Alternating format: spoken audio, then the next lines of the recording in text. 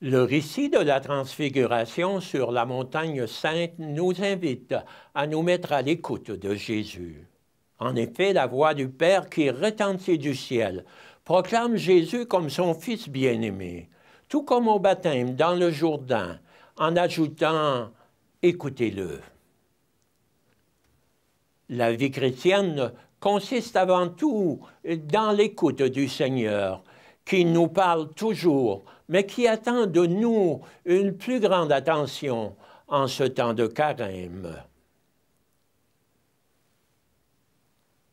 Lorsqu'on reçoit la grâce de faire une expérience profonde de Dieu, c'est comme si l'on vivait une expérience analogue à celle des disciples au cours de la Transfiguration.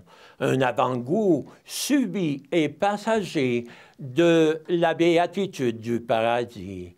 Il s'agit en général de brèves expériences que Dieu concède parfois, surtout en vue d'épreuves difficiles. Toutefois, personne ne vit à longueur de journée sur le Tabor tant qu'il se trouve sur cette terre.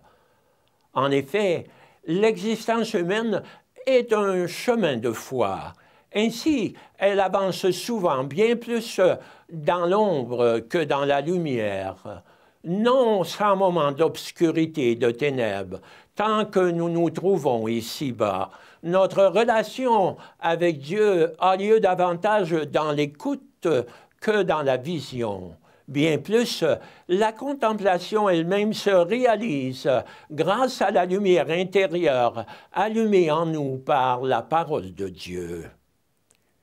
La Vierge Marie, qui est sans doute la créature la plus proche de Dieu, a marché jour après jour comme dans un pèlerinage de foi, conservant et méditant sans cesse dans son cœur la parole que Dieu lui adressait, aussi bien à travers les Saintes Écritures qu'à travers les événements de la vie de son Fils. Par conséquent, voici donc le don et l'engagement de chacun de nous au cours du temps du carême. Écoutez le Christ comme Marie, l'écouter à travers sa parole conservée dans les Saintes Écritures, l'écouter dans les événements même de notre vie, en cherchant à y lire la providence. Enfin, l'écouter dans nos frères et sœurs, en particulier dans les plus petits et les plus pauvres, en faveur desquels Jésus lui-même sollicite notre amour concret.